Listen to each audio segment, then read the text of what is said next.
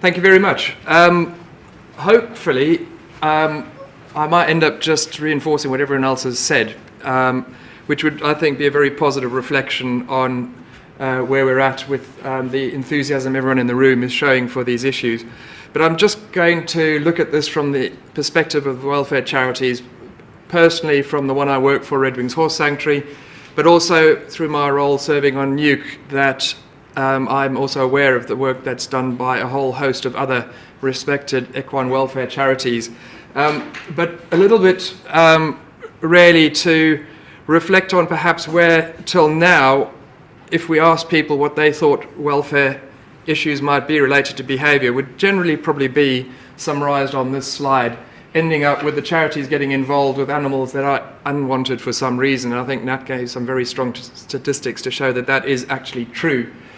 And whilst, for example, euthanasia might not be a bad outcome, it's also possibly very sad when potentially really good animals are wasted that may never fulfill the potential that they had. And sometimes the euthanasias don't necessarily reflect that that animal needed euthanasia in its own interests. And obviously the charities being under a lot of pressure are, as the Blue Cross I think mentioned earlier, actually it's also a capacity issue that you have to choose between urgent welfare cases and an owner needing help. You're probably going to prioritise the urgent welfare case, but that doesn't necessarily mean that those problem cases have gone away either, and that's one of the things I think we probably want to learn more about. So, if I can get my videos to play in the right order, I'll be quite impressed. I think when it comes to welfare organisations, I think we are expected to set the gold standard and certainly lead the way. And I think we always tend to sort of come round when discussing what is welfare, where you come back to this thing about quality of life, where we try to provide the best quality of life to the horses once they come under our care. I was wary of using the term happiness, but thankfully Nat did give it a really thorough explanation of it being actually an appropriate term to use when talking about animals and doesn't get confused with anthropomorphism. Got that word out, hurrah. I do think it would be a big problem for charities if we thought our horses that we were helping ended up unhappy, because I think that would then cut right through the very reason why most people support us. So the question then is, how do we know whether something is right or wrong when it comes to welfare? This video is actually a few seconds, so I could email it off to an inspector to see if you could identify the horse out of about a 400 megabyte download that I had to get when someone complained to us about this horse. Now, the health of this horse is arguably very good. It's in good bodily condition, there's no sign of disease. But this is obviously a training tool which is quite commonly used in certain parts of the world, not just in the travelling community. So using perhaps the more old-fashioned measures of welfare, we would probably be struggling to say that there was any concern in this situation. So the question for me is, what else constitutes good welfare? So I think in the past, it used to be measured by what we did. So it was an input thing, and quite often people would talk about how much they'd spent on their horse or how many hours a day they spend up at the yard. Then I think the next step that in this country seemed to happen was that we started to set minimum standards, and those tended to be about prescribing what people needed to do to avoid suffering. But ultimately I still think we probably needed to do more. Health was obviously a big measure, and actually with the development in veterinary knowledge, I think health as a measure is an absolutely key fundamental to equine welfare, so we shouldn't forget how important health is. But actually, when the legislation came on the back of the development of the concept of the 5 freedoms, it started to turn around towards looking at the whole horse, and more importantly also talking about what the impact was on the animal rather than just what we do for them. And ultimately, we've now got even more sophisticated opportunities to sort of interrogate the concept of good welfare. So something like the 5 domains starts to look at the sum of the key health and behavioral needs of an animal and actually come round to talking about affective states and emotion, which allows us to start to talk about the happiness of the horse. And ultimately, it all boils down to what is the experience of life for that horse. So we can talk about a good life, a life worth living. And just to reinforce the point in my view that it's more than just physical health. Is actually when we are asked to justify suffering in a court of law, when somebody is being prosecuted, the terms that we'll use to justify to the magistrates that an animal is suffering all actually tend to be experiences. So pain is one that we'll all identify with. Fear, hunger, breathlessness. And interestingly, I read something the other day that actually breathlessness is considered perhaps to be one of the most severe forms of distress that we could experience. And need to keep clicking. And ultimately, I think these are all parts of mental well-being that are actually essential tools for the animal to react to its environment and to cope and survive. And so these are all experiences for the animals to want to avoid. And the reason I used that clip was actually this pony was obviously in an emaciated state and struggling to get up, but needed to get up to get away from us, because by us going into the paddock to attend to the health needs of it and its group, it was obviously needing to run away, but actually couldn't run away. So even in the welfare context, we have a responsibility, even if we can't stop that from happening, to be mindful that that's the impact we're having on these horses. And maybe that can inform some of the practices that we would have in the future for managing animals like this. Because ultimately my view is that behavior helps us describe the mental state of the animal. So coming down to a bit more of the practicalities of what the charities face, obviously the more common one that people think about when they talk about behavior and welfare, certainly in the context of Red Wings, is that there are wild animals out there that need help. They are obviously suffering, but we want to help them and we can't catch them. So what we'll do, and this video clip is of a situation in North Wales of actually privately bred horses that were well cared for, but the owner became infirm, showing that this was about a 50-acre field, and we'd only just walked onto the field, and we already had started to see highly aroused horses that presumably had a reason for being that wary or fearful of human presence. And the challenge for us was that these horses needed to come off the land because it was sold, and so the owner wanted to find them a new home, and someone had actually offered to take them on at a riding school as long as they could get delivered.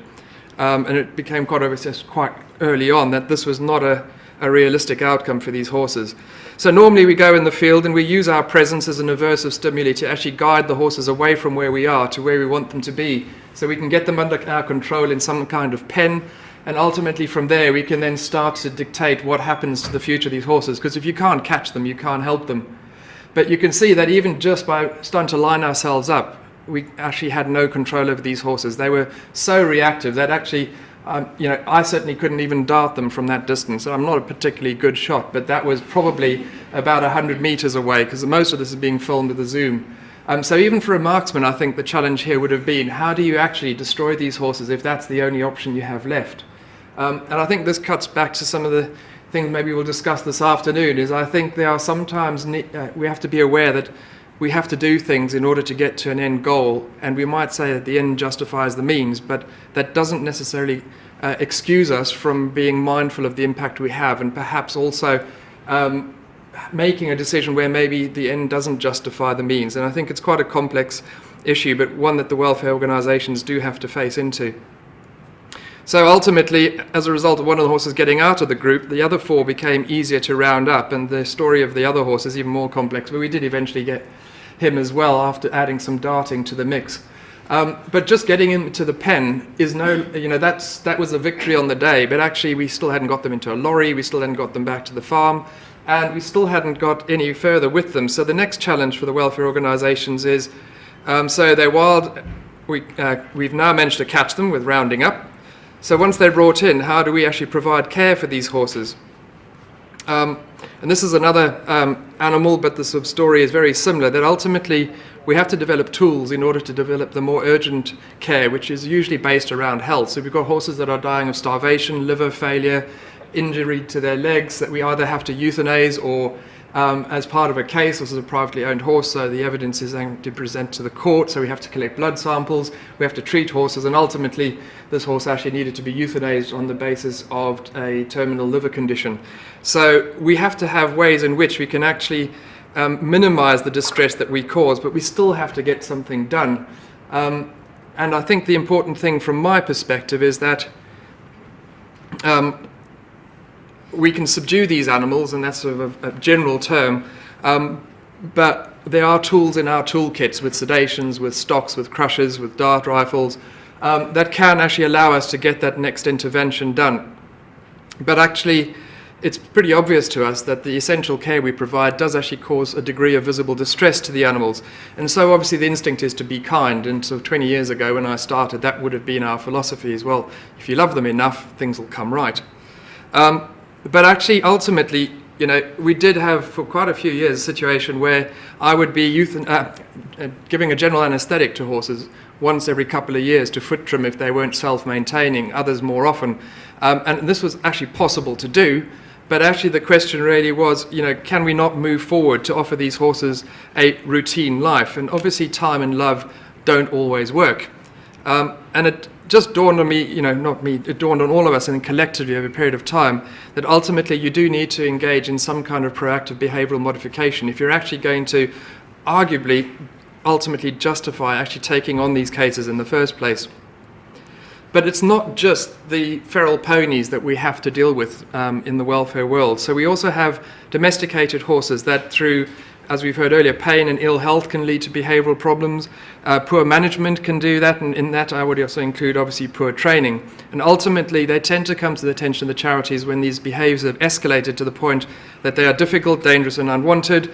And for these horses the future can be pretty grim, because worse than coming to a sticky end at the end of a bullet or somebody euthanizing is that these animals are passed on repeatedly and quite often punished along the way for their behavior.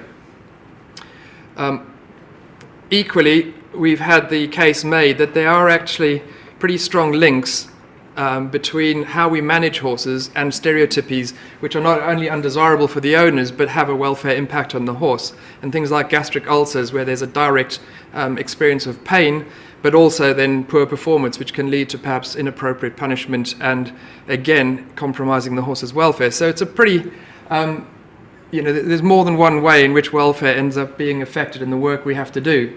And this horse was presented to us as part of a project to look into Dodgy Dan the dealer, and this horse was actually presented as a novice horse for sale, and it did display behaviours which made it pretty obvious fairly early on that this was not something you would want to leave your kid in a stable with and leave them to sort of get on with it. And this is me doing a pretty poor interpretation of being a clinician, but having a go. And just little excerpts from the examination we did on this horse demonstrated that that really isn't a novice horse.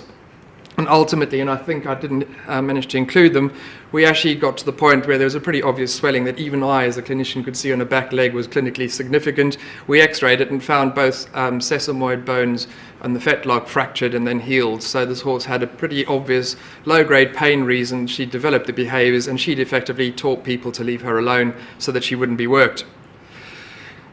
The other side of the story, which is also pretty sad in my mind, is we have a horse here that was unbroken and was rescued and transported off Dartmoor to a very loving home. He went lame, the owner couldn't catch, and so the vet, when he came out to examine the horse, couldn't actually treat the horse. Sorry, photos appearing in the wrong order there. But this horse, ultimately, they asked us if we could help, so it took us, by this time, it was 4 days into the clinical condition. The lameness wasn't too severe, but it was obviously not getting any better with rest. So we went and we got the horse corralled up and into the lorry. As soon as it was on the lorry, it was easier to control. We sedated it and we picked up the foot. And those of you who have had accidents with their horses of this nature will probably spot the nail sticking out of the foot. You would know that that's something that even if you find it within the hour could be quite devastating. You can also get away with it if it goes into a non-important structure, that you can probably give them a clean bandage after cleaning all of that out and they'll recover. But really the thing that you don't want to see is after tidying the foot up that there's this gooey sticky substance oozing out of the wound. So basically this nail had actually penetrated, I think, what was the tendon sheath around the coffin joint, the flexor tendons, and we did actually go to quite a bit of effort to make a bit of a sort of mess of this poor horse's foot. We did curette and gouge out and flush the joint, flush the tendon sheaths to get rid of as much of the contamination as possible. But sadly for this horse, the next day it was So that was all done under general anaesthetic, and the next day, as the day went on, this poor horse's pain just got worse and worse, and quite clearly that infection had established to the point that no heroic veterinary surgery was actually going to save this horse anymore.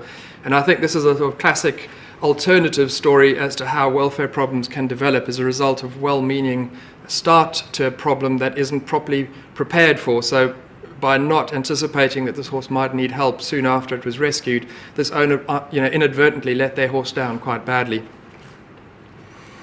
Also important, of course, is the issue of fear, because it's a mechanism that gives rise to a unique protective mechanism. Okay, getting to the end in my story, so I'll move on because I think preaching to the converted here, but because it cannot be extinguished, I think it's a really important behavior for us to be aware of. And actually, when we start to understand about fear more thoroughly at Red Wings, it has actually influenced a lot of the practices that we've done, because you can manage horses that have experienced fear, but you can't necessarily get rid of it. Therefore, it does have an impact on the horse's future. And here I think what's really important to state is we obviously can deliver the essential health care to these sort of horses to get them through an acute crisis, but it wouldn't take a rocket scientist to figure out that you're not going to rehome this horse as a riding pony for a child. But when we don't know the full history of animals that potentially are quite easy to get on with at the beginning, it is quite a challenge for us to actually understand with certainty that this horse is safe to rehome. And ultimately our behavior team, and we've got a team of 8 now that focus just on this issue, have a crucial role to play in determining whether these horses should go forward into our rehoming program. And we've basically worked out the other day that we have in excess of 200 horses that are under the direct care of our behavior team in different levels of progression, all safely managed now, all enjoying a good quality of life, but all of them horses that we would probably not see any future to them going out in a home, certainly not as a ridden horse. And that's a devastating statistic, I think, in terms of 10% of our population being horses that we can't realistically find a good future for. So just once more, as time's moving on, another recent and typical example of these issues affecting domestic horses that end up at welfare organisations. Armand was a horse that was bred to perform. He was bought alongside the horse the owner went to go and get, but she saw him cowering at the back of the ring where the other horses were. Took him home, discovered that he couldn't be backed. She sought expertise from behaviourists, and I don't know the details of what level of behaviourists, but she did look for help. She then also got veterinary help because she thought maybe by getting the horse gelded she could reduce some of the behaviours. And ultimately the horse then had an accident, and that needed multiple veterinary interventions to get it right. And this horse had effectively developed ever-increasing levels of fear, and ultimately his fear had led him to develop behaviours which are protective for him. So now he's absolutely fine if you don't do anything with him, but the minute you try and have any kind of interactions which require catching him, picking up his feet, if we try to do that, he actually becomes an incredibly dangerous horse. And I don't need to do any more demonstrating of that because other speakers have shown more than enough photographs. But this horse is a classic sort of challenge to us about how something that can start off so well, whatever led to that horse cowering at the back of that sale yard was probably just the start of a journey that may have been preventable if we'd been able to intervene. Even if he'd still been, this owner was willing to retire this horse as a companion, but at this stage he's actually completely unmanageable for her. So just sort of summarising from my perspective, I really believe that good mental health is crucial to equine welfare organisations. It makes them safer to work with, but also I think if horses are more likely to give owners what they want, I think not only will the relationship be a happier one from the perspective of the owner, I think the needs of the horses will be met, and we can get back to that situation Nat referred to, that actually these horses can experience a positive welfare state. I think it's important because I think wastage is a real issue in the industry where misinterpretation of behavioural issues and perhaps applying the wrong solutions is leading to that. And ultimately these horses, as much as we love them, are a huge drain on the resources of an organisation, because dealing with a horse like Armand is so labour intensive compared to a young cob foal that comes to us that they both are fully deserving of all of our help. But actually just when you put numbers onto it, it does perhaps help us to get that message across of how important it is to deal with these problems before they become a monster issue, because just because you can fix it doesn't mean that you should have got to that in the first place.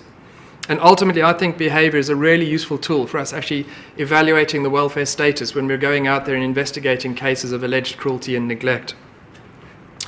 So from our perspective, I think what we've learned is that these really challenging cases have taught us a huge amount. They've taught us our techniques that we use now to do behavioral modification.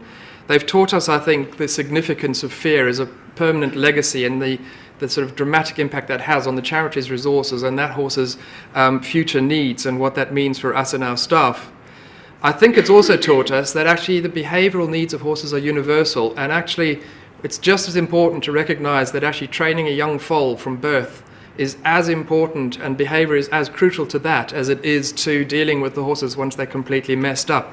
And ultimately, we realized that we needed to have knowledge and skills to do our work, and actually those require an evidence base if we have confidence that the work we're doing is going in the right direction and respecting the learning abilities of the horses. And ultimately, our growth as practitioners and as welfare organizations will only really come when we are prepared to be self-critical, to refine our techniques on the back of criticism that we receive that's actually constructive and is actually evidenced, and ultimately that we're willing to change ourselves, because it's very easy for me to tell somebody else that they should do something better. But actually we've learned this from the health side of things, engaging with the sort of peri-urban horse owning population, that actually telling them their horse's feet are too long, telling them that their horse is underweight, how you do that is actually more likely to affect the success than whether or not you're right or wrong. And actually behavioral information and training information is no different. And ultimately, I think welfare organizations have a duty to do the right thing. It's no longer good enough to have good intentions and to believe that what you're doing is right. I think it's important that if evidence basis is now becoming the norm for veterinary medicine, for human medicine and many other fields, that why shouldn't behavior come under the same sort of umbrella, and effectively saying, you know, behavior is just another part of veterinary health and medicine. And ultimately, if you add together evidence-based health information and evidence-based behavior information, you'll come up with evidence-based welfare measurements and welfare assessments. I think it's really important for us to educate people and educate ourselves on recognizing the behavioral signs that tell us that a horse is in a poor welfare state. And I think things like the pain grimace scale and working to develop those and actually get them validated in more circumstances and in different situations would really be just a small example of how important it is as a tool to help us in evaluating welfare. And ultimately, I think it's really important for us to recognize that we have a role to play in changing practices, to seek help ourselves, and to also work towards mitigating what we found. So I think we do need to have practical tools that allow us to fix the problems we have right now, whilst also doing what we can to prevent problems in the future. And that really is where I think I see us at as welfare organizations. So thank you very much for your attention.